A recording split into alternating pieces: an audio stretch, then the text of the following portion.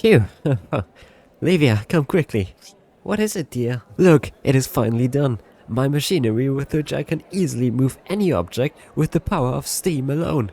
I call it the Fluid-Powered Heating and Condensing Kinetics Machine, or FUCK machine for short. It is truly remarkable, my beloved. But tell me, what do we need it for when we have all these slaves who do the work for us?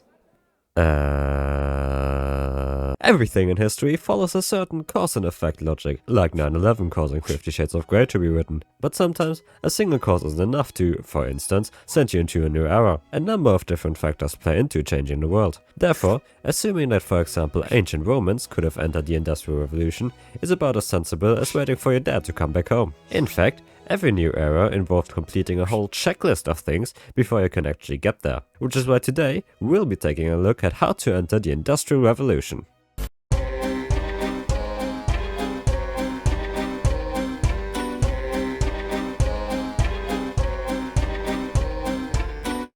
The Industrial Revolution is built on several pillars regarding every aspect of day-to-day life. Since I couldn't find one widely accepted summary of them, I have made my own checklist, which came down to a total of 11 points, the first of which being: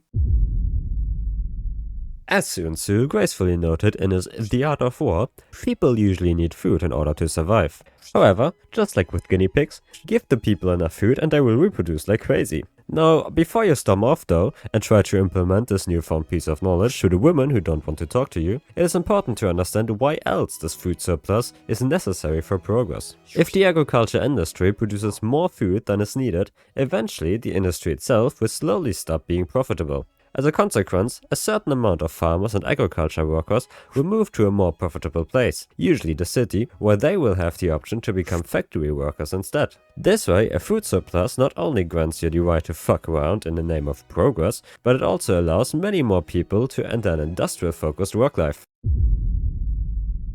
This one is relatively straightforward, since I mostly explained it already. Basically, the higher the population, the higher the amount of people you can persuade into becoming workers for your not at all exploitative factory. Next. Name? William. Miguel. Now then, why do you want to work for our company, Michael? Well, my family was living in poverty and I've been sold off so they can afford food this month. Yeah, that's what you understanders want here. Anyway, do you think you have it in you working under hellish conditions, making minimal wage, and being at the constant threat of spontaneous death? Not really. That's good enough. I gotta say, you might be one of our best candidates so far. Just one last question for you, Jonathan. Have you ever slept with a higher up in order to advance in a company? Welcome to Buckstar, Jeremy. Trading is without a doubt an essential part of any society. Especially if you have a lot of overseas territory, trading between places can yield a surprising number of things necessary for industrialization. Importing, for example, food for workers, resources like coal or iron for factories, cat mummies as fertilizer for agriculture. But also the export of produced goods was a vital part of trading. So you're saying that these blocks of solid water can cool down whatever they touch? Haha, you got it, pal. Just throw a cube or two of these into your drink and it'll be as cool as a dead woman's pussy. Okay, I got it. So, I'm just gonna pay you the money now and you'll send it over, right? Of course I will. Pay up and the ice will be right on its way. Oh, great. Here's 50,000 of these dollars then. Haha, pleasure doing business with you, sir. In order for a civilization to move up on the culture scale, it needs to have a relatively tight balance between different classes of people. To get to industrialization, the certain groups of society should look something like this. Incredible investors inhabiting the initial income to invest into inventors, ingenious inventors indefinitely inventing industrial innovations, powerless pay-reliant proletarians persistently putting up present-day products, fearless farmers furnishing food for the forever flourishing factory flunkies, magnificent merchants moving manageable materials to manufacturers and marketing multitudes of money, powerful politicians protecting proper public professions and perfecting participating parties in possible competitions, and slaveless societies, since slaves specifically significantly slow certain sides of societal success. I fucking love that scene. Another thing that often kills progress are things like tyrannic regimes, dictatorships, or assassinating a president in the streets of Downton Dallas. As you can often see throughout history though, suppressing free thinking in the name of freedom and equality, don't ask me how that's meant to make sense, hardly helps when wanting to have something as disgusting as new ideas. The reason for that is that those new ideas often lead to some sort of revolution against the regime that tries to suppress them. Therefore, if you want to advance a civilization, you should try to construct law and politics as fair as possible.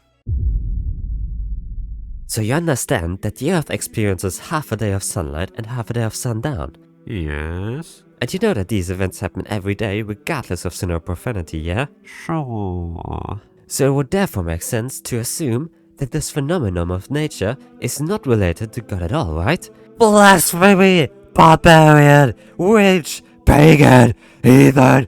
Burn him! Understanding that nature and science are separate of one another is a fundamental part of technological advancement. There are various different reasons for why that is, but in general, burning dead people that try to think about nature as separate from religion doesn't exactly help in upgrading your technological knowledge. And on the flip side, people who believe that divine providence is the cause for everything are hardly gonna try to reinvent something that God decided for them.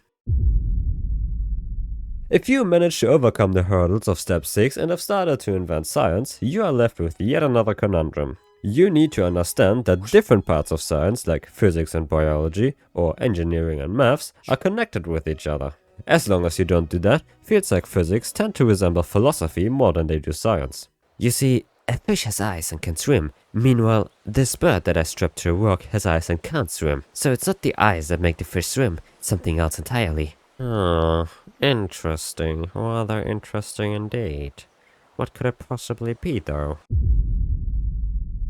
In the very unlikely case that you find yourself suddenly gaining a lot of money, typically people will tell you to invest said money in order to multiply your riches. This investment would allow the current poor you to temporarily enjoy what it would feel like to actually be rich, and lets you use these funds to build up an empire of your own. Now we only need to copy-paste the scheme and make the poor compete with each other, and we'll see that suddenly efficiency and invention will rapidly advance, since everyone will try to come out on top in this fight for funds. Sire, I have unfortunate news, my lord. Speak them, loyal knight. As it appears, the enemy is starting to pour their funds into a lot of these so-called bad dragons. I fear that if we not buy into them quickly as well, we might be overrun by our foes soon. Unfortunately though, the high demand has driven the prices of these bad dragons up quite a bit. Do not fret, as I have made sure to invest into the manufacturers of the so-called bad dragons, and my investment has turned into a great fortune. Sire, you are our savior! With this investment we can evolve the production of even better bad dragons to use them against our enemies. Yeah, that's more or less the gist of supply and demand. Demand raises prices on investment, which helps to improve innovations and speed up economy. And if you don't know what bad dragon is, Google it in privacy. If you ever stuffed a bunch of poor workers into a sweatshop and made them work for their survival, you'll probably have noticed that people tend to work harder when they are being promised fair compensation. If you then also add that workers can get the chance to improve their status in society by simply having more money, you can easily improve workforce, innovation and investment in all parts of culture. Infrastructure is surprisingly important for reaching the Industrial Revolution for two major reasons. Firstly, you need to make sure that the working class of society has a way of moving to different workplaces as easily and efficiently as possible. Secondly, you want to make sure that resources can be delivered swiftly and across far distances, as all these new products won't get you anywhere if there's no one to buy them. For the Industrial Revolution in England, for example, infrastructure came in hand when moving, for example, coal from the mines to the factories. But no matter how well designed your infrastructure is, sadly there's no way of moving something as big as your mind. The Industrial Revolution, what an era of innovation!